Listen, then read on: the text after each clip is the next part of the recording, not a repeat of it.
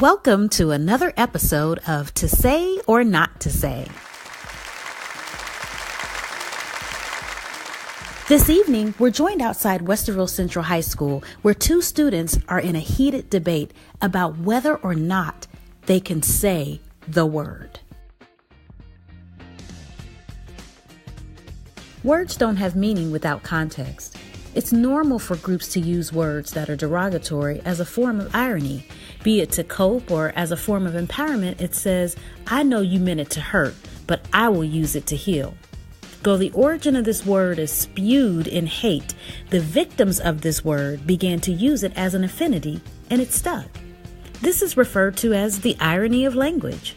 There will always be this game of language and a play on words. Phrases like bad, hot, ridiculous, all once negative, are often flipped to mean the opposite of their original intent. And internal group language isn't new. We've seen this with gender, religious, and ethnic groups for years. However, some words, regardless of their origin, are intended exclusively for members of that group and are never, repeat, never permissible to be uttered by non-members of said group. You see, society seemed to have a grasp on this until hip-hop came along and blurred those lines. Before hip-hop, the various groups would only use their words around each other.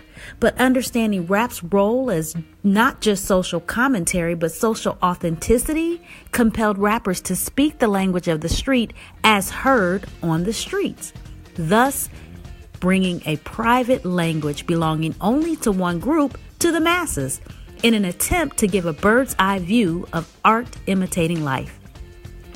This created a downward spiral of blurred lines that leaves today's generation on both sides confused. Questions like, well, if it's in the lyrics, why can't we all say it?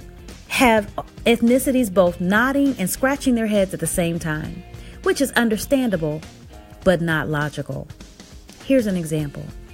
If my friends and I walk down the street with my father, despite how much fun we have as a group and how much they connect with him, only I have permission to call him Dad because of our relationship. And despite how close we are, only his friends and other adults have permission to call him by his first name because of their relationship with him.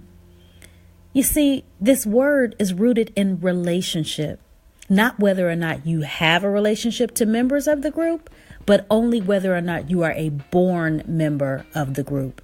And for the record, most members of one particular group prefer the word be eliminated altogether and find its deplorable history too horrific to be uttered across their lips.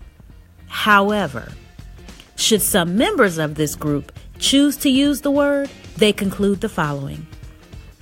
The world of hip-hop is motivated by a universal understanding of its perspective, which in some ways unites us all.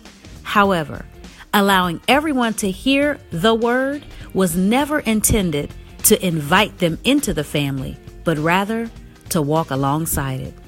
Thank you for watching another episode of To Say or Not to Say.